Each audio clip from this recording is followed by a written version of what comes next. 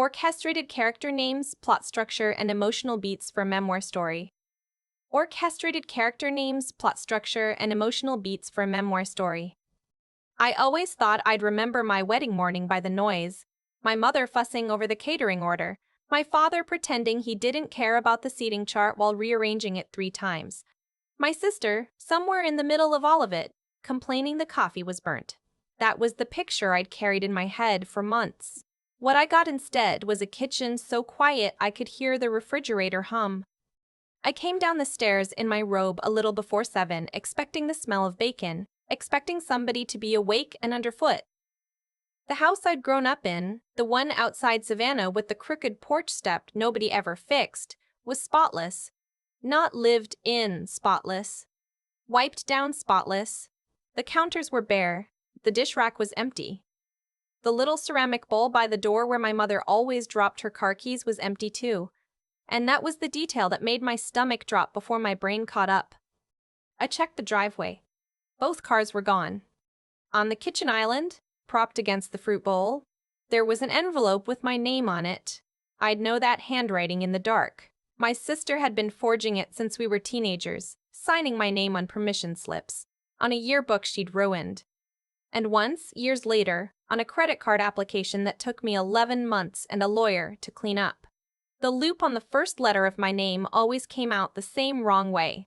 Seeing it that morning, I knew before I opened it. It was one line.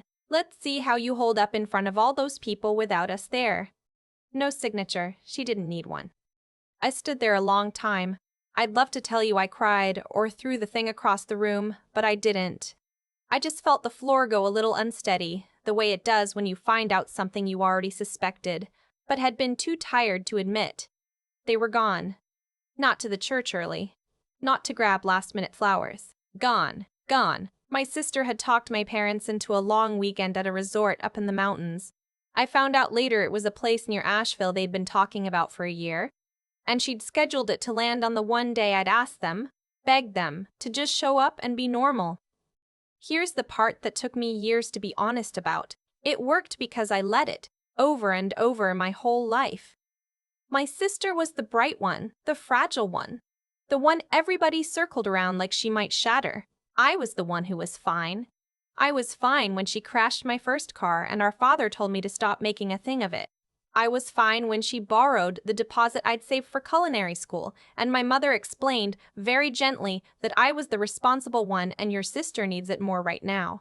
I was fine when that credit card showed up on my report and nearly sank the small business loan I needed for my bakery, and my parents asked me to consider not pressing charges, because think of how it would look.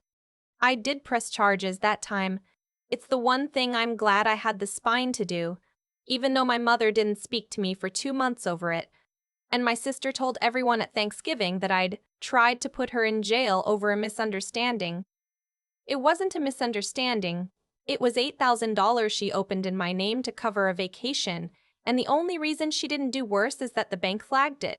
But the charges got pled down. She paid restitution in tiny, humiliating installments she made sure everyone knew about, and the family decided I was the villain for letting it get that far. That was the story by the time it settled. I was the cold one. She was the one who'd made a mistake. So no, the note on the island wasn't a shock exactly. It was just the newest version of an old thing. I want to be clear about something because the people who knew me back then would tell you I was a doormat, and I don't think that's quite right. I wasn't weak. I was hopeful, which is a different and stupider thing. You can take a lot of hits if some part of you keeps believing the next time will be the time they finally show up for you. I'd kept that hope on life support for 31 years. The note unplugged it. Standing in that bright, dead kitchen, I felt the hope just stop. And honestly, it was a relief. You don't know how heavy a thing is until you finally set it down. I made myself a cup of coffee. I drank it. Then I went upstairs, took my phone off the charger, turned it all the way off, and put it in the bottom drawer of the dresser under a stack of sweaters. I decided right then I wasn't going to spend my wedding day waiting for an apology that wasn't coming or refreshing a screen hoping somebody would change their mind. Whatever was going to happen out there in the world, it could wait until I was Mrs. Until I was married. I had a day to get through, and I was going to get through it on my own 2 feet. The man I was marrying was named Julian. I should tell you about him because everyone always wants to skip to the part where it turns out his family had money, and I get it, but that's not the part that mattered to me. And if I let you believe it was, you'd have the whole thing wrong. I met Julian because of a wedding cake, not ours, somebody else's. I'd done the cake for a fundraiser gala downtown, 4 tiers, brown butter and fig, and he was the one who came back into the kitchen afterward to find out who made it. He didn't lead with anything about himself. He asked me how I got the figs to not turn the whole thing to mush, and we ended up talking for an hour in a service hallway while waiters stacked chairs around us. I knew he was in Ashford. Around Savannah, that name means something. His family had been quietly buying up and restoring the old riverfront hotels for 2 generations, the kind of places that look like they've always been there. But Julian himself drove a 10-year-old truck and lived in a normal apartment and spent his Saturdays helping his father with the slow, unglamorous work of keeping old buildings from falling down. The money was real, but it was in the background of him, not the front. That's the thing my sister never understood then or later. She thought money was the trophy. To Julian, it was a responsibility he'd been handed and was trying to be worthy of. His parents, Gerald and Eleanor, took to me in a way my own family never had, and it confused me at first. I kept waiting for the catch. The first time I had dinner at their house, Eleanor asked me about the bakery. Real questions, follow-up questions, like the answers mattered. And Gerald spent 20 minutes asking my opinion on the right way to laminate dough, because he'd read somewhere that French butter made a difference and wanted to know if it was true or marketing. Nobody had ever just been curious about me like that. I went home and cried in the parking lot, and I couldn't have told you exactly why. So that was who I was marrying into. Not a checkbook. People who looked at me and saw something worth being curious about. We'd planned the wedding for a Saturday in October at a restored estate the Ashfords owned out past the marshes. A white house with live oaks dripping Spanish moss and a garden that had been somebody's pride for 100 years. Small, by their standards. 120 people. And here's the thing about my side of that guest list. Since people always ask why nobody from my family besides the 3 traders was supposed to be there, there mostly wasn't anybody. My family is small, and what little of it exists had spent 2 decades being told a version of me that wasn't true. I'd stopped fighting it years ago. The people in those chairs on my side were the ones I'd chosen. My business partner, the woman who taught me to bake when I was 19 and lost. 2 friends from culinary school, my neighbor who watered my plants. Chosen family. It's a real thing. It just doesn't photograph the way a big loud clan does. That morning, after I put the phone in the drawer, I drove myself to the estate. I want you to picture that, because I think about it a lot. I did my own makeup in the car in the parking lot the way I'd done it 1,000 mornings before catering jobs, and I walked into the bridal suite alone, carrying my dress in a garment bag over my shoulder, and the first face I saw was Eleanor's. She took one look at me, and mothers know, I think, when something's wrong, even when they're not your mother. And she set down the flowers she was holding and crossed the room and just put her arms around me. She didn't ask what happened. She didn't make me explain. She said, "You're here. That's all that matters today. You're here. And you're not doing 1 second of this alone." And then she got to work, the way capable women do when they decide they're going to carry you for a while.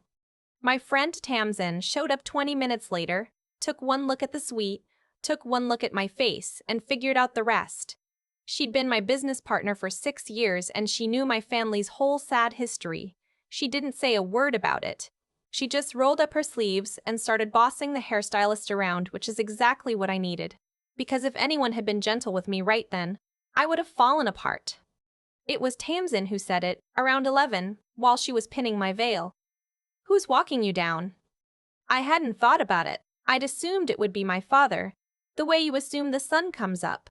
And now there was no father, and there was a question sitting in the room with us.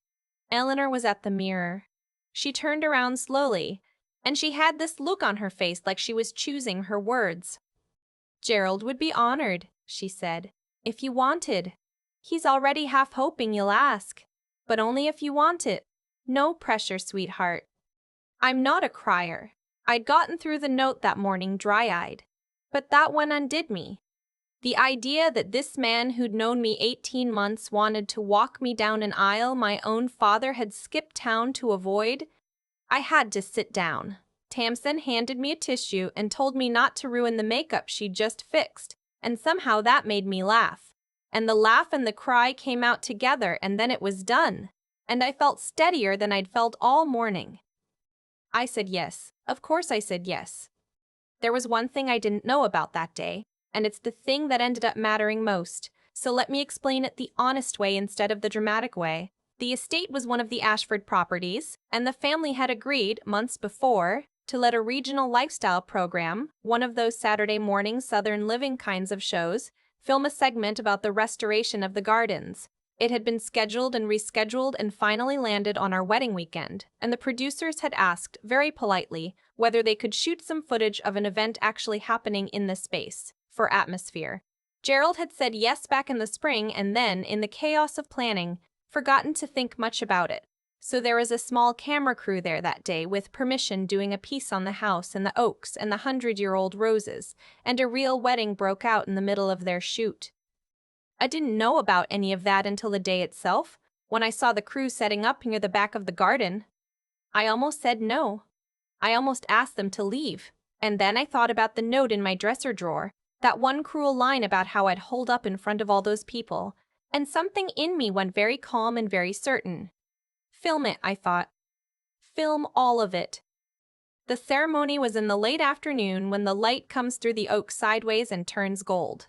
I stood at the top of the garden path with Gerald, his arm steady under my hand, and he leaned over and said, "Lo, you ready, kid?" And I said yes, and we walked. I'm not going to pretend I remember every step. What I remember is the faces, 120 people, most of them Julian's side, turned around in their white chairs, and not one of them was looking at me with pity. They were looking at me like I belonged there. Eleanor in the front row with her hand pressed to her mouth, Tamsin already crying and not even pretending not to, Julian at the end of it all in a gray suit, looking at me the way I'd spent my whole life waiting for somebody in my family to look at me and never being looked at, like I was the best thing that had walked into the room. Gerald handed me off at the front. Before he stepped back, he turned to the officiant and asked if he could say something which we hadn't planned, and the officiant nodded. Gerald cleared his throat. He said, "Most of you know I've got 2 sons and always wanted a daughter. Took me 61 years, but I finally got one. And I just want it on the record in front of everybody that she's ours now. Whatever she came from, she's ours." And he sat down before he could embarrass himself, and his wife reached over and took his hand, and I had to look at the sky for a second to keep myself together. The camera caught all of it. I didn't care. I'd stopped caring around the word ours. When it was my turn for the vows, I had a card with words written on it, and I looked down at it, and then I just put it in Julian's hand and said it from memory, off the cuff, because the written version suddenly felt too small. I told him I'd spend my whole life being told I was too much and not enough at the same time, depending on who needed me to be which, and that he was the first person who never once asked me to be anything other than exactly what I was. I told him I knew what it was to be left and that I would never do it to him, that wherever he was, I'd be standing next to him, not behind, not ahead. The last thing I said wasn't planned. I said, "I don't believe blood makes a family. I think you build one. And I'm so glad I get to build mine with you." And the garden went quiet, and then somebody started clapping, and then everybody did. We were married a few minutes later. Julian kissed me, and the whole place came up out of their chairs, and the camera crew, who I think had stopped pretending to film the roses about 20 minutes earlier, got the whole thing. The reception ran late into the night. There was a band and barbecue because I'd insisted on barbecue, and a cake I'd refused to make myself but had hovered over the design of. We did the dance. We cut the cake. Tamsin gave a toast that started funny and ended with her crying again. I danced with Gerald, who is a terrible dancer and proud of it. At one point, I went and stood at the edge of the garden by myself for a minute, just to feel it, the strange, impossible fact that I'd had the day my family tried to ruin, and it had been the best day of my life, and they'd missed it entirely. They'd driven 5 hours to a resort to wait for the phone call where I fell apart, And the call was never coming, and somewhere up in those mountains they were sitting around expecting their plan to land, not knowing it had already failed without them. My phone was still off in the drawer, 5 hours away in an empty house. I didn't turn it on until Monday. When I did, it nearly vibrated itself off the nightstand. 40-some missed calls, more texts than I could count. And not from where you'd think. Not just from my sister. What had happened, I pieced together over the next few days, was this. The lifestyle program ran the segment the following morning, the Sunday after the wedding. They'd called it something like a storybook Savannah wedding, and used our ceremony as the centerpiece, the gardens and the oaks and Gerald's little speech and my off-the-cuff vows, with the Ashford name front and center because the show was partly about the family's restoration work. It was a regional broadcast, but somebody clipped it and put it online, and the clip of Gerald saying she's ours now in front of a garden full of people took off in that way things sometimes do. A few 100,000 views by Monday morning. Strangers in the comments crying about a man who walked his daughter-in-law down the aisle. And right there in the write-up, in plain letters, the part my sister had no idea about until it was on a screen in front of her, the Ashford name. The hotels. The generations of quiet money she'd never bothered to learn anything real about, because she only cared about the version of me she'd already decided was beneath her. She'd spent her whole life sure I was the one who'd end up small. And there I was, married into one of the oldest families in the Low Country, with a man's father telling the whole region I was his daughter now, while she sat in a mountain resort she'd dragged our parents to in order to humiliate me. The texts were a thing to behold. They went through stages, and I read them all in one sitting like a story somebody else had written. The early ones, from Sunday morning, were shock dressed up as outrage. Is that Julian Oswald? Were you going to tell us? Why didn't you say? And Ort, were you going to tell us? Why didn't you say anything? As if I owed her a heads up about whose son I loved. Then they curdled into hurt, the wounded kind she'd weaponized our whole lives. I can't believe you'd let me find out like this. You made us look like fools. You did this on purpose. I made her look like a fool by getting married on the day she'd chosen to be 5 hours away. Then, by Monday afternoon, came the version I'd seen 100 times before, the one that always worked. We're family. Whatever happened, we're still family. Mom's heartbroken. You can't just throw us away over one weekend. Call me. Please. We love you. My mother sent her own version. So did my father, a short one. The kind of message a man sends when he wants credit for reaching out without having to actually say he was wrong. A year earlier, even 6 months earlier, that we love you would have done its job. It would have found the soft, hopeful place in me and pulled, and I'd have called, and within a week, I'd have been the one apologizing for something. I knew the choreography by heart. I didn't call. I didn't write back at all, and I want to be honest about why. Because it's not what people assume. It wasn't a grand gesture. I wasn't trying to punish them, or win, or make a point. I just looked at all those messages, every familiar move. And for the first time in my life, I felt absolutely nothing pull. The hope that used to answer that phone had died on the kitchen island that Saturday morning, and you cannot resurrect a thing once it's truly gone.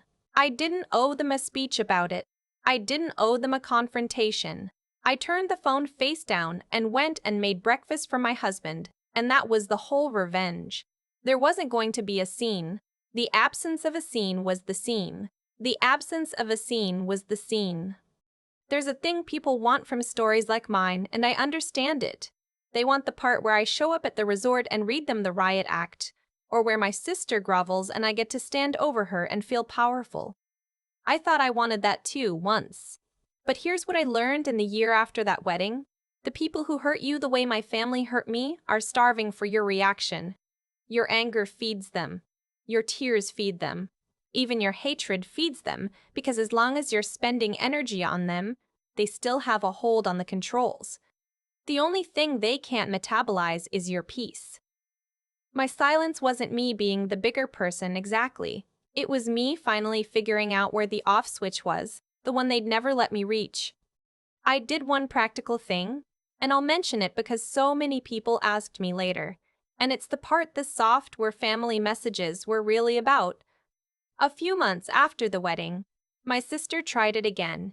A new card, my name, a different bank this time. She must have figured the wedding meant I'd gone soft, that the Ashford money meant I wouldn't bother. She figured wrong. The bank's fraud department caught it, same as before, and this time there was no 11-month cleanup and no family meeting about how it would look. I had a lawyer now. The Ashfords had a lawyer for everything, and they'd made him mine without being asked. And the matter was handled cleanly and completely and without a single phone call to me. Being family doesn't give you the keys to someone's life. She'd spent 30 years assuming it did. She found out it doesn't. That was the last time. She stopped after that. Not because she grew, I don't think, but because the door she'd always been able to pick had finally been replaced with one she couldn't. The letters still came for a while. My mother was a letter writer when the phone didn't work. She'd send these long handwritten things, 2 pages, 3, about how much they missed me and how I'd changed and how the family wasn't the same. I read the first few. After that I started a drawer. The irony of it, a drawer. After the note that started everything. And I'd put them in unopened, and every few months I'd clean it out into the recycling without reading them. Not out of cruelty, out of the simple understanding that there was nothing in them I needed. They wanted me to come back and be the responsible one. The one who absorbed everything so the family could keep its comfortable story about itself. That job was permanently vacant. I'd retired from it. 2 years on, my life looked like this. The bakery grew into 2 locations, then 3, and then into something I never planned, which was a program. Tamsin and I started teaching, on Sunday mornings when the shops were closed, free classes for women coming out of bad situations. The shelter downtown sent them. Mostly, women rebuilding from the studs up the way I once had to. We taught them to laminate dough and pull sugar and run a register and look a customer in the eye. A few of them came on staff. A couple of them have their own places now. There's a woman who took our class with shaking hands who now runs the pastry program at one of the Ashford hotels. And every time I walk in there and see her in her whites, calling out orders like she owns the room, I feel something I never got from any amount of imagined revenge. Gerald walks slower now, but he still comes by the main bakery on Saturdays and asks me technical questions he already knows the answers to, just to have an excuse to sit at the counter and drink coffee and call me kid. Eleanor and I do a standing dinner every other week. They are, in every way that ever mattered, my parents now. I didn't lose a family that morning in the kitchen. I'd never really had the one I was born into. What I lost was the hope that I might, and what I found when I finally set that hope down was that there'd been a real one waiting the whole time, just down a different road than the one I kept trying to make work. Julian asked me once, late, the 2 of us out on the back porch with the marsh smell coming in, whether I ever regretted it. Cutting them off. Never going back. I thought about it honestly because he'd earned an honest answer. The thing I regret is all the years I spent before, the decades of picking up the phone, of driving to the Thanksgivings, of believing the next time would be different. I don't regret the silence. The silence is the healthiest thing I ever did. People who hear the story sometimes call it a revenge story, and I let them because it's easier than explaining. But it isn't really. Revenge is loud. Revenge is a confrontation, a comeuppance, a face you get to watch fall. I never got any of that, and somewhere along the way I stopped wanting it. What I got was quieter and better. I got a Tuesday morning making breakfast for a man who's glad I'm there. I got a counter full of women learning they're allowed to take up space. I got a father-in-law who calls me his daughter in front of strangers. I got to wake up every single day in a life they had no part in building and no power to break. They tried to teach me on my wedding morning that I wasn't worth showing up for. The wedding ended up on every screen in the region instead, and they got to watch a garden full of people decide I was. But even that, even the perfect accidental justice of it, wasn't the win. The win was that by the time I saw their 40 missed calls, I didn't want anything from them anymore. Not an apology. Not a reckoning. Not even the satisfaction of telling them off. I just turned the phone face down and I went to make breakfast, and that quiet, unbroken, unbothered, complete, is the only answer I ever owed them. I used to think the people who hurt me had all the power, that the only way to get it back was to make them feel what I felt. It took standing in that spotless kitchen, holding Sloane's one cruel line in my hand, to understand I had it backwards. The cruelty wasn't strength. It was hunger. My sister needed my reaction the way a fire needs air, and every time I'd called, cried, or driven 5 hours to make peace, I'd been the one feeding it. The day I turned my phone off and slid it under a stack of sweaters, I starved that fire without even raising my voice. Cause and effect runs cleaner than we want to admit. Sloane spent 30 years learning that there were no consequences because every adult around her kept clearing the road. I spent 30 years learning that being agreeable was the same as being good, and it nearly cost me my bakery, my name, my peace. When I finally pressed charges that first time, I wasn't being cold. I was drawing a line where one should have existed all along, and the family's whole house of cards shook because someone had refused to keep pretending. Doing the right thing isn't always gentle. Sometimes it looks like saying no when everyone you love is begging you to fold. What changed my life wasn't anger. It was finally seeing clearly. For years, I'd mistaken hope for love, and the moment I learned to tell them apart, the spell broke. I stopped asking why my parents chose Sloane and started asking why I kept auditioning for people who'd already cast me as the understudy. That kind of clear-eyed honesty is its own quiet power. It let me walk into my wedding alone and somehow not be alone at all, because I finally knew the difference between the family I was born into and the one I was building. And none of it would have held without the plain stubbornness to keep going. I did my own makeup in a parking lot. I carried my own dress up the stairs. When my father skipped town, I let Gerald walk me down the aisle, and I said my vows from memory instead of falling apart. Strength like that doesn't roar. It just refuses to quit, one ordinary morning at a time, until the life you doubted you'd ever have is suddenly the life you're living. If you take anything from what happened to me, let it be this. You don't owe your reaction to the people determined to break you. Build your character so solid that their opinion of you stops being a vote that counts. See people as they actually are, not as you wish they'd become, and keep getting up, plainly and quietly, long after the applause and the apologies fail to arrive. I never got my revenge, and I stopped wanting it. What I got instead was a Tuesday morning, a man glad I was there, and a silence so full it left no room for them at all.